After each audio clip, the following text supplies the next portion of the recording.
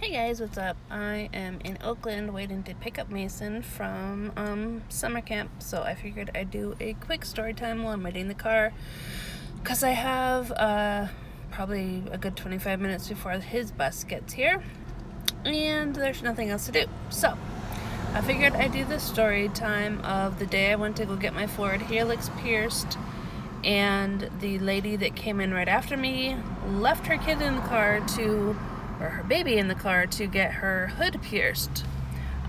So forward helix is this blue one up here, and then my regular helix is the silver one or white crystally one. So this was about 3 weeks ago that I went and got my forward helix pierced. We went to Concord, which is about 25 to 30, probably 25 minutes from where we live. We went to this really good piercing facility there, which I had gone to for my helix, and I had no problems with them. They're great. They sanitize the needle in front of you, so you see that they put it like in the sealed package, goes into a sanitization, can't even say the word, sanitization machine. Everything is totally clean. Everything is like super comfortable. The tattooing slash piercing area is super clean. The piercing person is great. Anyways, we went in. I brought my husband and Mason with me. I just didn't feel like going down there by myself.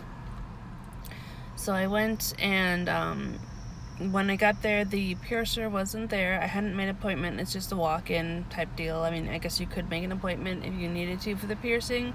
Otherwise, you just walk in and then they get you pierced when there's nobody there. Pretty quick process. So anyways, I didn't feel like going by myself, so I brought Mason and my husband with me. The piercer had just stepped out to go get a snack for herself, and so the tattoo artist was like, "Well, just look around, and she'll be back soon to help you." So my husband and I and Mason, well, I was looking at the jewelry. Mason and my husband were playing, I think, Plants vs. Zombies on Mason's tablet.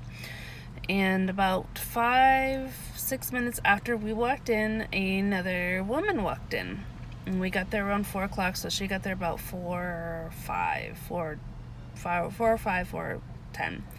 And about 2 minutes after that, the piercer got back, and the tattoo artist was like, "Oh, they're waiting to get their helix. She's waiting to get a forward helix," and the other woman was wanting to get a piercing too, but she hadn't mentioned to the tattoo artist what exactly it was that she wanted to get done. So the piercer looked at my ear, and she said, "You know what? Not everybody can get a forward helix, just dependent on how your ear is shaped." So she checked it out. She did say I could do it. She could fit one. I was originally wanting to get two, but she said, "You know what? One is probably the best we're going to be able to fit on your ear."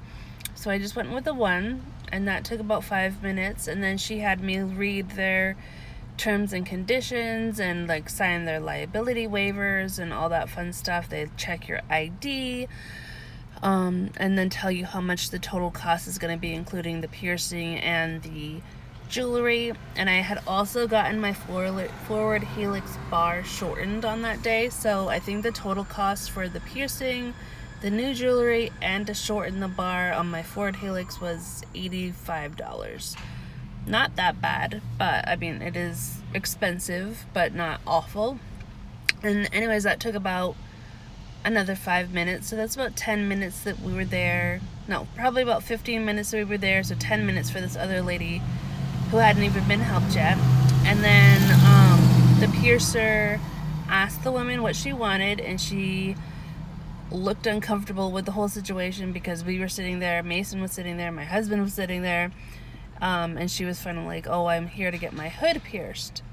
And so the piercer explained to her, "You know what, that's fine, I can do it for you, we do it here, this is a piercing place, no worries, we do all sorts of piercings.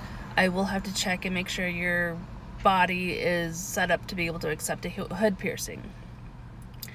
So she went back and finished sterilizing the needle that she was going to use for my forward helix, And that was another 5 minutes of waiting. So at this point it's probably 10 minutes, a good 20 minutes, a good 15 for the other woman.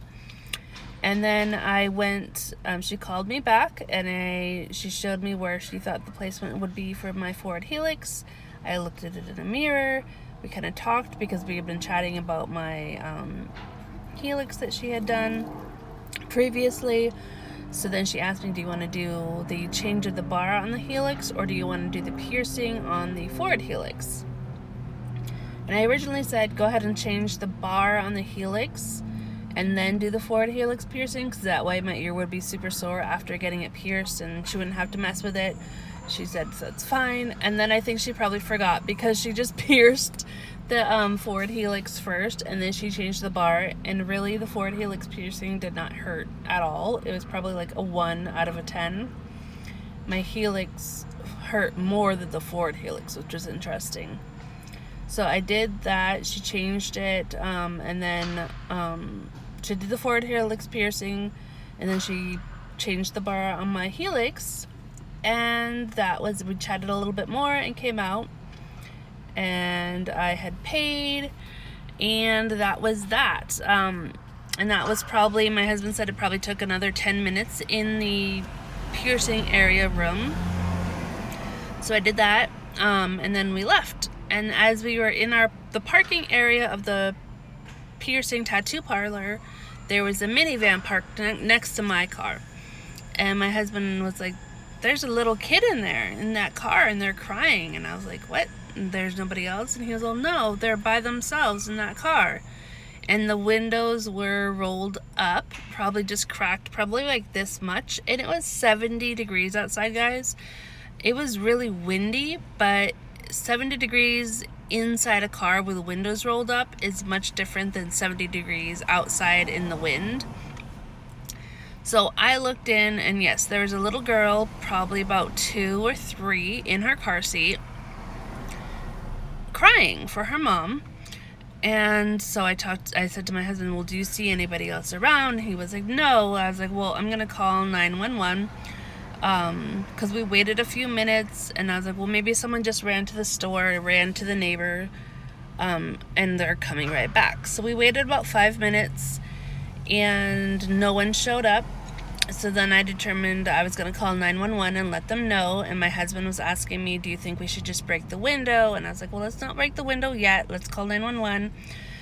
So I called 911, and the dispatcher asked me for a description of the car. She asked me for if there was anyone else in the car, if there was any adults around in the area, which there was none. And my husband was like, well, I think it's the girl who came in who got her hood pierced. And I was like, no, she looks really young. I don't think it would be her, and I don't think she would leave her kids in the car to get a piercing. He's like, no, I think it's her.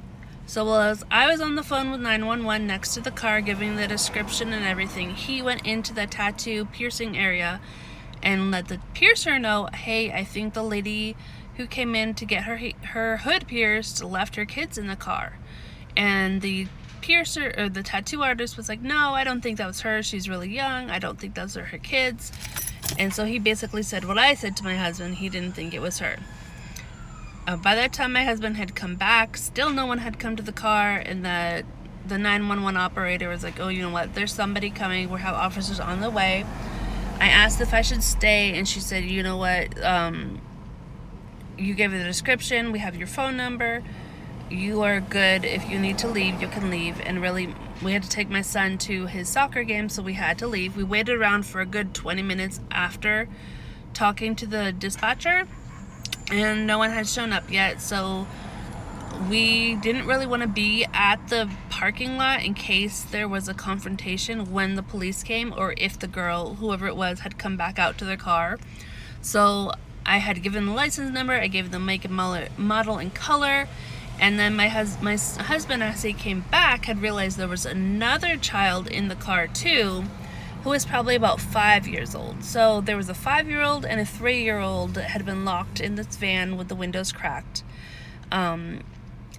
We decided we needed to take our son to his soccer game. And there was 8, like I said, officers responding on the way. They had all the information they needed about this van.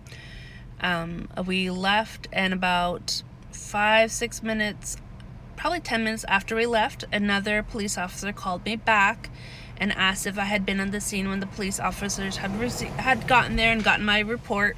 And I said no, we left. The 911 operator had said it was okay to leave, and he was like, okay, well, let me just get your report over the phone. So I explained to him what time we got there, what time we left. We got there at 4 and we left around 4:40 is when we left, probably. Or maybe we got there a little before 4. We probably got there like 3:50 and we left at like 4:30, 4:40. And they called me probably 5 o'clock is when the police called me back. And they're like, hey, so can you give us a description of what happened? And I told him what happened, and he was like, you know what? I told him, my husband thought it was the girl who went in to get her hood pierced in the piercing place. And he was like, yeah, actually, that's exactly who it was who left their kids in the car. She, when we went into the piercing tattooers, she was in a back room, and the tattoo artist wouldn't let us go back there, obviously, because she probably didn't have her pants on. And they weren't very helpful, but yes, it turns out that she left her children in the car to go get a piercing. And he was like, you know what, thank you so much for calling us. It's really not okay to do, especially for that age. You can't leave little kids in the car with the windows rolled up in 70 degrees heat. So I was kind of happy that they had found the person that did it. I'm hoping that she really didn't have... I feel bad that she got in trouble, but on the same thing, it's like she should have gotten in trouble for leaving her kids in the car. That's not okay in any situation, especially just to go get a piercing, to leave little kids locked in a car on a 70-degree day. And that is pretty much my story time of when I went to go get my Ford Helix and somebody who left their child in the car to go get a hood piercing.